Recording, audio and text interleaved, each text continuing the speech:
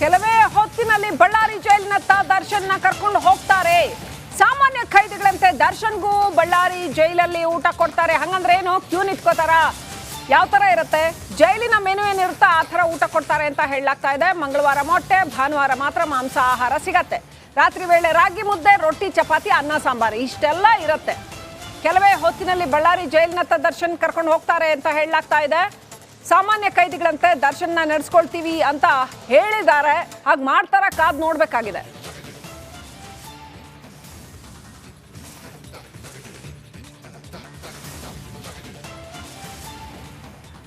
Right, update ಪಡ್ಕೊಳ್ಳೋಣ. ನನ್ನ ಸಹೋದ್ಯೋಗಿ Ranjit Shiriyar connect ಆಗಿದ್ದಾರೆ. ರಂಜಿತ್, ಈಗ ಬಳ್ಳಾರಿಯತ್ತ ದರ್ಶನ್ನ ಕರ್ಕೊಂಡು ಬರ್ತಾರೆ ಅಂತ ಪೊಲೀಸರು ಹೇಳ್ತಾ ಇದ್ದಾರೆ. ಬೇರೆ ಖೈದಿಗಳ ತರಾನೇ ದರ್ಶನ ನಡೆಸ್ಕೋತೀವಿ ಅಂತ, ನಡೆಸ್ಕೋತಾರೆ ಅಂತ ಅನ್ಸುತ್ತಾ? ಒಟ್ಟು ನಿಮ್ಮ ಹತ್ರ ಏನಿದೆ ಅಪ್ಡೇಟ್ ಈ ವಿಚಾರಕ್ಕೆ ಸಂಬಂಧಪಟ್ಟಂಗೆ?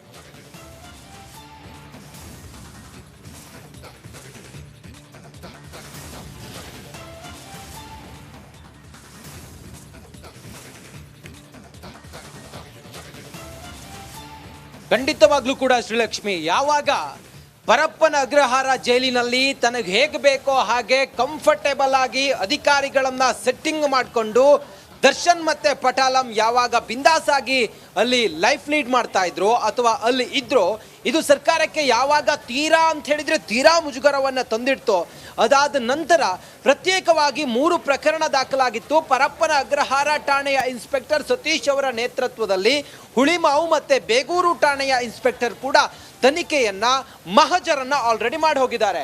ಈಗ ಇರೋದು ದರ್ಶನ್ನನ್ನ ಬಂದಿಖಾನೆ, ರಾಜ್ಯ ಬಂದಿಖಾನೆ ಮತ್ತು ಸಾಮಾಜಿಕ ಸೇವೆ ಇಲಾಖೆ ನ್ಯಾಯಾಲಯದಿಂದ ಆದೇಶವನ್ನ ಪಡೆದುಕೊಂಡು ಬಳ್ಳಾರಿ ಜೈಲಿಗೆ ಸುಮಾರು 9 ಈ ಪಟಾಲಂನ 9 ಜನರನ್ನ, ದೀಪಕ್, ಪವಿತ್ರ ಗೌಡ ಸೇರಿದಂತೆ ಇನ್ನು ಅನುಕುಮಾರ್, ಇವರು 3 ಜನರನ್ನ ಬಿಟ್ಟು ಮತ್ತುಳಿದಂತ ಎಲ್ಲರನ್ನೂ ಕೂಡ 9 ಜನರನ್ನ ರಾಜ್ಯದ ಮೂಲೆ ಮೂಲೆಯ 9 ಜೈಲುಗಳಿಗೆ ಶಿಫ್ಟ್ ಮಾಡುವಂತ ತೀರ್ಮಾನ ಯಾವಾಗಾಯ್ತೋ ಆದ ನಂತರ ದರ್ಶನ್ ಜಂಗಾಬಲವೇ ಕುಸಿದೋದಂಗೆ ಕಾಣಿಸ್ತಾ ಇದೆ. ದರ್ಶನ್ ಮತ್ತೆ ಪಟಾಲಂ ದಿಕ್ಕಾಪಾಲಾಗೋದು ಬಹುತೇಕ ಖಚಿತ ಆಗಿದೆ. ಈ ಸದ್ಯಕ್ಕೆ ಈಗ ಅಧಿಕಾರಿಗಳು, ಹಿರಿಯ ಅಧಿಕಾರಿಗಳ ತಂಡ ಪರಪ್ಪನ ಅಗ್ರಹಾರ ಜೈಲಿನಲ್ಲಿ ಈಗ ಸಭೆ ಮೇಲೆ ಸಭೆ ಮಾಡ್ತಾ ಇದ್ದಾರೆ, ಮೀಟಿಂಗ್ ಮೇಲೆ ಮೀಟಿಂಗ್ ಮಾಡ್ತಾ ಇದ್ದಾರೆ. ಹೇಗೆ ಇಲ್ಲಿಂದ ಮೂವ್ಮೆಂಟ್ ಆಗೋದಾದ್ರೆ ಹೇಗೆ, ಯಾವ ಮಾರ್ಗವಾಗಿ ಹೋಗಬೇಕು, ಹೋಗುವಾಗ ಬಂದೋಬಸ್ತ್ ಹೇಗಿರುತ್ತೆ ಅನ್ನೋದು. ಆಲ್ರೆಡಿ ಈಗ 4-5 KSRP ತುಕಡಿ ಬಸ್ಗಳು ಪರಪ್ಪನ ಅಗ್ರಹಾರ ಜೈಲಿನ ಎದುರುಗಡೆ ಬಂದು ನಿಂತ್ಕೊಂಡಿದ್ದಾವೆ. ಯಾವುದೇ ಕ್ಷಣದಲ್ಲಿ ಬೇಕಾದರೂ ದರ್ಶನ್ ಇಲ್ಲಿಂದ ಕರೆದುಕೊಂಡು ಹೋಗಬಹುದು. ದರ್ಶನ್ ಸೇರಿದಂತೆ ಉಳಿದಂತ 9 ಜನ ಆರೋಪಿಗಳನ್ನ 9 ಬಂದಿಖಾನೆಗೆ ಕರೆದುಕೊಂಡು ಹೋಗೋದಕ್ಕೆ ಈಗ ತಯಾರಿ ನಡೀತಾ ಇದೆ. ದರ್ಶನ್ ಅಂತೂ ಸಂಪೂರ್ಣವಾಗಿ ಈ ಘಟನೆ ಆದ ನಂತರ ಇದೆಲ್ಲವೂ ಕೂಡ ಹೊರಗಡೆ ಬಂದು ದರ್ಶನನ್ನ ಶಿಫ್ಟ್ ಮಾಡುವಂತ ವಿಚಾರ ಈಗ ಏನಿದೆ, ಈಗ ನಂತರ ದರ್ಶನ್ ಜಂಗಾಬಲವೇ ಕುಸಿದಾದಂಗೆ ಕಾಣಿಸ್ತಾ ಇದೆ. ಮತ್ತೊಂದು ಕಡೆಗಳಲ್ಲಿ ಅಧಿಕಾರಿಗಳು ಕರ್ಕೊಂಡು ಹೋಗೋದಕ್ಕೆ ಬಂದೋಬಸ್ತ್ ಮಾಡ್ಕೊಳ್ತಾ ಇದ್ದಾರೆ. ಅತ್ತ ಬಳ್ಳಾರಿ ಕಡೆ ನೋಡಿದ್ರೆ, ಬಳ್ಳಾರಿಯಲ್ಲಿ ದರ್ಶನ್ ಹೋಗುವಂತ ಕೇಂದ್ರ ಬಂದಿಖಾನೆ ಅಲ್ಲೂ ಕೂಡ ಎಲ್ಲ ಸಿದ್ಧತೆ ಮಾಡ್ಕೊಂಡಿದ್ದಾರೆ ಲಕ್ಷ್ಮಿ. ಹಾಗೇನೆ ಕೇಸ್ನಲ್ಲಿ ಇನ್ನೂ ಕೆಲವು ಸಾಂದರ್ಭಿಕ ಸಾಕ್ಷ್ಯಗಳ ಹೇಳಿಕೆ ಬಾಕಿ ಇದೆ, ಇನ್ನೊಂದಷ್ಟು ಹೇಳಿಕೆಗಳನ್ನ ಪಡ್ಕೊಳ್ಳುವಂಥದ್ದು ಬಾಕಿ ಇದೆ ಅಂತ ಹೇಳ್ತಾ ಇದ್ದಾರೆ.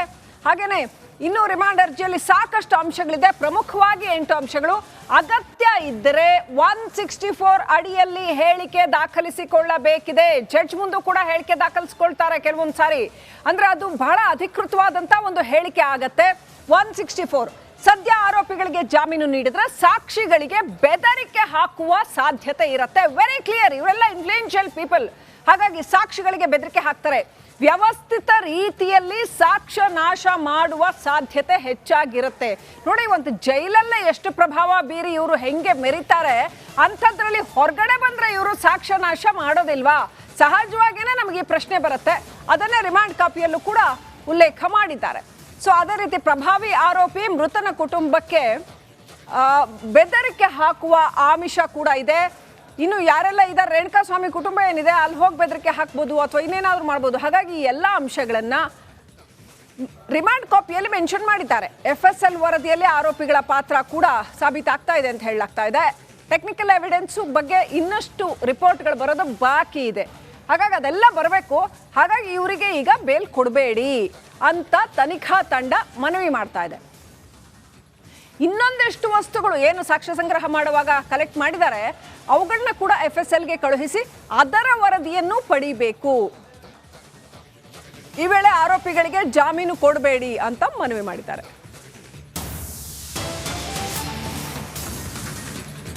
ರೇಣುಕಾಸ್ವಾಮಿ ಕೊಲೆ ಗ್ಯಾಂಗ್ಗೆ ನ್ಯಾಯಾಂಗ ಬಂಧನ ವಿಸ್ತರಣೆ. ಡೆವಿಲ್ ಗ್ಯಾಂಗ್ಗೆ ಮತ್ತೆ ಸೆಪ್ಟೆಂಬರ್ 9ರವರೆಗೆ ನ್ಯಾಯಾಂಗ ಬಂಧನ ವಿಸ್ತರಣೆ ಆಗಿದೆ. ಜುಡಿಷಿಯಲ್ ಕಸ್ಟಡಿ ಎಕ್ಸ್ಟೆಂಡ್ ಆಗಿದೆ. ಇವತ್ತು ಕೋರ್ಟಲ್ಲಿ ವಿಚಾರಣೆ ಇತ್ತು. 24ನೇ ACMM ಕೋರ್ಟ್ ಈ ಆದೇಶವನ್ನ ಕೊಟ್ಟಿದೆ. ಕಸ್ಟಡಿ ಎಕ್ಸ್ಟೆಂಡ್ ಆಗಿದೆ. ವಿಡಿಯೋ ಕಾನ್ಫರೆನ್ಸ್ ಮೂಲಕ ವಿಚಾರಣೆಯನ್ನ ನಡೆಸಿದೆ ಕೋರ್ಟ್. ಆ ನಂತರ ಕಸ್ಟಡಿಯನ್ನು ಎಕ್ಸ್ಟೆಂಡ್ ಮಾಡಿದ್ದಾರೆ. ಹಾಗಾದ್ರೆ ಶಿಫ್ಟಿಂಗ್ ನಡೆಯುತ್ತಾ ಅನ್ನೋದು ಈ ಕ್ಷಣ ಮೂಡ್ತಾ ಇರ್ತಕ್ಕಂಥ ಪ್ರಶ್ನೆ. ಕ್ವಿಕ್ ಆಗಿ ಶಿಫ್ಟ್ ಮಾಡ್ತಾರಾ? ಇವಾಗಷ್ಟೇ ಕೋರ್ಟ್ ವಿಚಾರಣೆ ಇತ್ತು, ಅದನ್ನ ಅಟೆಂಡ್ ಮಾಡಲೇಬೇಕಾಗಿತ್ತು. ಹಾಗಾಗಿ ವಿಡಿಯೋ ಕಾನ್ಫರೆನ್ಸ್ ಮುಖಾಂತರ ಅವರೆಲ್ಲ ಕೋರ್ಟ್ ವಿಚಾರಣೆಯನ್ನ ಅಟೆಂಡ್ ಮಾಡಿದ್ರು, ಹಾಜರಾದ್ರು. 24ನೇ ACMM ಕೋರ್ಟ್ ಆದೇಶವನ್ನ ಕೊಟ್ಟಿದೆ ನ್ಯಾಯಾಂಗ ಬಂಧನವನ್ನ ವಿಸ್ತರಣೆ ಮಾಡಿ. ಹಾಗಾದ್ರೆ ಇವರುಗಳನ್ನ ಈ ರೀಶಫ್ಲಿಂಗ್ ಏನ್ ನಡೀತಾ ಇತ್ತಲ್ಲ, ಬೇರೆ ಬೇರೆ ಜೈಲಿಗೆ ಕಳಿಸುವಂಥದ್ದು ನಡೀತಾ ಇತ್ತಲ್ಲ, ಅದು ಕ್ವಿಕ್ ಆಗಿ ಆಗತ್ತಾ? ಸೆಪ್ಟೆಂಬರ್ 9ರವರೆಗೂ ಕೂಡ ಜುಡಿಷಿಯಲ್ ಕಸ್ಟಡಿ ಕನ್ಫರ್ಮ್. ಸೆಪ್ಟೆಂಬರ್ 9ರವರೆಗೂ ಯಾರು ಕಮಕಿಮಕ್ ಅನ್ನಂಗಿಲ್ಲ, ಆಚೀಚೆ ಬರಂಗಿಲ್ಲ. ನ್ಯಾಯಾಂಗ ಬಂಧನದಲ್ಲಿ ಇರಲೇಬೇಕು. ಮತ್ತೆ ಕೋರ್ಟ್ ಆದೇಶ ಕೊಟ್ಟಿದೆ. ತನಿಖೆ ಮತ್ತಷ್ಟು ಮುಂದುವರಿಯುತ್ತೆ. ಇವತ್ತು ಮತ್ತೆ ವಿಚಾರಣೆ ನಡೀತು. ಜುಡಿಷಿಯಲ್ ಕಸ್ಟಡಿ ಎಕ್ಸ್ಟೆಂಡ್ ಆಯಿತು.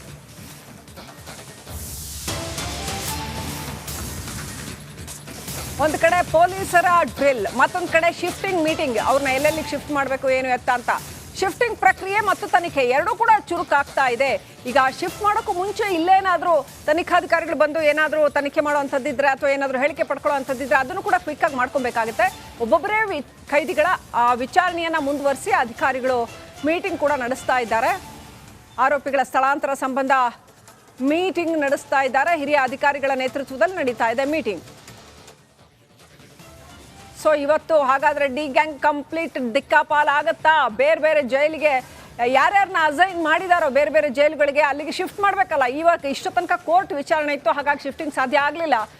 ಈಗ ಕೋರ್ಟ್ ನ್ಯಾಯಾಂಗ ಬಂಧನವನ್ನ ಎಕ್ಸ್ಟೆಂಡ್ ಮಾಡಿ ವಿಸ್ತರಿಸಿ ಆದೇಶವನ್ನ ಕೊಟ್ಟಿದೆ. ಸೊ ಈಗ ಹಾಗಾದ್ರೆ ಶಿಫ್ಟಿಂಗ್ ನಡೆಯುತ್ತಾ? ದರ್ಶನ್ ಇವತ್ತು ಬಳ್ಳಾರಿ ಜೈಲಿಗೆ ಶಿಫ್ಟ್ ಆಗ್ತಾರಾ? Big question. ಇನ್ನು ಬೇರೆ ಬೇರೆಯವರು ಹಾಗೆಯೇ ಪ್ರದೋಷನ್ನ ಕಲಬುರಗಿ ಜೈಲಿಗೆ ಹಾಕ್ತಾರೆ ಅಂತ ಹೇಳಲಾಗಿದೆ. A11 ನಾಗರಾಜನ ಕೂಡ ಕಲಬುರಗಿ ಅಂತ ಹೇಳಲಾಗಿದೆ. ಬೇರೆ ಬೇರೆ ಜೈಲುಗಳಿಗೆ, ಶಿವಮೊಗ್ಗ ಜೈಲಿಗೆ A12 ಲಕ್ಷ್ಮಣ ಅವ್ರನ್ನ ಕಳಿಸ್ತಾರೆ ಅಂತ ಹೇಳಲಾಗಿದೆ. ಅಪ್ಡೇಟ್ ಪಡ್ಕೊಳ್ಳೋಣ. ಪ್ರತಿನಿಧಿ ನವೀನ್ ಕನೆಕ್ಟ್ ಆಗಿದ್ದಾರೆ ಪರಪ್ಪನ ಅಗ್ರಹಾರದಿಂದ. ರೈಟ್ ನವೀನ್, ಈಗ ಬಿಗ್ ಕ್ವೆಶ್ಚನ್ ಪ್ರಶ್ನೆ ಇರ್ತಕ್ಕಂಥದ್ದು, ಶಿಫ್ಟಿಂಗ್ ನಡೆಯುತ್ತಾ? ಜುಡಿಷಿಯಲ್ ಕಸ್ಟಡಿ ಎಕ್ಸ್ಟೆಂಡ್ ಆಗಿದೆ, ಆದೇಶ ಕೊಟ್ಟಿದೆ ಕೋರ್ಟ್. ಈಗ ಇವ್ರನ್ನೆಲ್ಲ ರೀಶಫ್ಲಿಂಗ್ ಮಾಡಬೇಕು. ಸೊ ಆ ಶಿಫ್ಟಿಂಗ್ ಶುರುವಾಗುತ್ತಾ ಅಥವಾ ಅಲ್ಲೂ ಮತ್ತಿನ್ನೇನಾದರೂ ಕಳ್ಳಾಟ ನಡೆಯುತ್ತಾ, ಪ್ರಭಾವ ಬೀರುವಂಥದ್ದು ನಡೆಯುತ್ತಾ? ಏನಿದೆ ಪರಿಸ್ಥಿತಿ?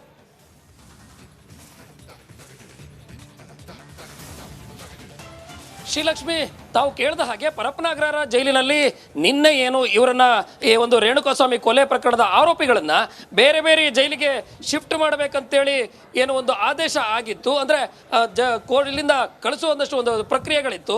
ಅದಕ್ಕೆ ಸಂಬಂಧಪಟ್ಟಂತೆ ಈ ಒಂದು ಜೈಲಿನಲ್ಲಿ ಫೋಟೋ ಮತ್ತು ವಿಡಿಯೋಗಳನ್ನ ವೈರಲ್ ಆದ ಪ್ರಕರಣದಲ್ಲಿ ತನಿಖಾ ತಂಡದವರು ಏನು ಒಂದಷ್ಟು ತನಿಖೆಯನ್ನ ಪರಪ್ಪನ ಅಗ್ರಹಾರ ಜೈಲಿನಲ್ಲಿ ಎವಿಡೆನ್ಸ್ಗಳನ್ನ ಕಲೆ ಹಾಕೋದು, ಜೊತೆಗೆ ಜೈಲಿನ ಒಂದಷ್ಟು ಪ್ರಕ್ರಿಯೆಗಳನ್ನ ಮಾಡೋದಕ್ಕೆ ಸಾಕಷ್ಟು ಒಂದಷ್ಟು ನಿನ್ನೆ ಜೈಲಿನಲ್ಲಿ ಇರುವಂಥ ಈ ಒಂದು ಕೊಲೆ ಪ್ರಕರಣದ ಆರೋಪಿಗಳೇನಿದ್ದಾರೆ ಅವ್ರನ್ನ ಹಾಗೂ ಈ ಒಂದು ದರ್ಶನ್ ಫೋಟೋ ವೈರಲ್ ಆಗಿತ್ತಲ್ಲ, ಆ ಫೋಟೋದಲ್ಲಿರುವಂಥ ವಿಲ್ಸನ್ ಗಾರ್ಡನ್ ನಾಗ ಹಾಗೂ ಆತನ ಜೊತೆಗಿರುವಂಥ ಒಂದಷ್ಟು ಪ್ರಕರಣದ ಆರೋಪಿಗಳನ್ನ ತನಿಖೆ ಮಾಡೋದಕ್ಕೆ ಮುಂದಾಗಿದ್ರು.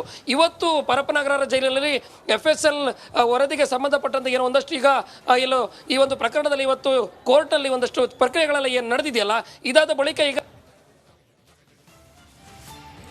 ರೈಟ್. ಥ್ಯಾಂಕ್ ಯು ನವೀನ್ ಡೀಟೇಲ್ಸ್ಗಾಗಿ. ಓಕೆ, ಇನ್ನು ಇವ್ರನ್ನೆಲ್ಲ ಶಿಫ್ಟ್ ಮಾಡಬೇಕಲ್ಲ, ಮಾಡೋ ಸಂದರ್ಭದಲ್ಲಿ ಬೇರೆ ಬೇರೆ ಜಿಲ್ಲೆಗಳನ್ನ ಕ್ರಾಸ್ ಮಾಡಿ ಹೋಗಬೇಕಾಗತ್ತೆ. ಅಲ್ಲಿ ಎಲ್ಲ ಜಿಲ್ಲಾ SP ಗಳ ಜೊತೆ ಕಾನೂನು ಸುವ್ಯವಸ್ಥೆ ಬಗ್ಗೆ ADGP ಸಭೆ ನಡೆಸಿದ್ದಾರೆ. ದರ್ಶನನ ಕರೆದೊಯ್ಯುವಂತ ಮಾರ್ಗದಲ್ಲಿ ಕೂಡ ಭದ್ರತೆಗೆ ಪ್ಲಾನಿಂಗ್ ಮಾಡಲಾಗಿದೆ. ದಾಸ ಬರುವಾಗ ಫ್ಯಾನ್ಸ್ ಅತಿರೇಕವಾಗಿ ವರ್ತಿಸಬಹುದು. ನಾವು ನೋಡಿದ್ವಿ ಹಿಂದೆ ಒಂದ್ಸಾರಿ ದರ್ಶನ್ನ ಪರಪ್ಪನ ಅಗ್ರಹಾರ ಜೈಲಿಗೆ ಶಿಫ್ಟ್ ಮಾಡುವಂತ ಸಂದರ್ಭದಲ್ಲಿ ಹೆಂಗೆಲ್ಲ ಬಿಹೇವ್ ಮಾಡಿದ್ರು, ಹೆಂಗೆಲ್ಲ ನಡ್ಕೊಂಡಿದ್ರು, ಅತಿರೇಕವಾದ ನಡವಳಿಕೆಯನ್ನ ತೋರಿಸಿದ್ರು ಅಭಿಮಾನಿಗಳು ಅಂತ. ಈಗಲೂ ಕೂಡ ಪೊಲೀಸರು ಮುನ್ನೆಚ್ಚರಿಕೆಯನ್ನ ಕೈಗೊಳ್ತಾ ಇದ್ದಾರೆ. ಮಾರ್ಗ ಮಧ್ಯೆ ವಾಹನಕ್ಕೆ ಅಡ್ಡಿ ಮಾಡುವಂತ ಸಾಧ್ಯತೆ ಇರುತ್ತೆ. ಹೀಗಾಗಿ ಮಾರ್ಗ ಮಧ್ಯೆ ಯಾವುದೇ ಸಮಸ್ಯೆ ಆಗಬಾರ್ದು. ಬೆಂಗಳೂರು ಗ್ರಾಮಾಂತರ, ತುಮಕೂರು, ಚಿತ್ರದುರ್ಗ, ವಿಜಯನಗರ ಆ ರೂಟ್ ಏನಿದೆ ಅಲ್ಲ, ಬಳ್ಳಾರಿ ಜೈಲಿಗೆ ಕರ್ಕೊಂಡೋಗುವಂಥ ರೂಟ್, ಅಲ್ಲಿ ಬೇಕಾದ ಭದ್ರತಾ ವ್ಯವಸ್ಥೆಗಳನ್ನ ಪ್ಲಾನ್ ಮಾಡಿಕೊಳ್ಳಲಾಗ್ತಾ ಇದೆ. ಬಳ್ಳಾರಿ ಎಸ್ಪಿಗಳ ಜೊತೆ ಸಭೆ ನಡೆಸಲಾಗ್ತಾ ಇದೆ.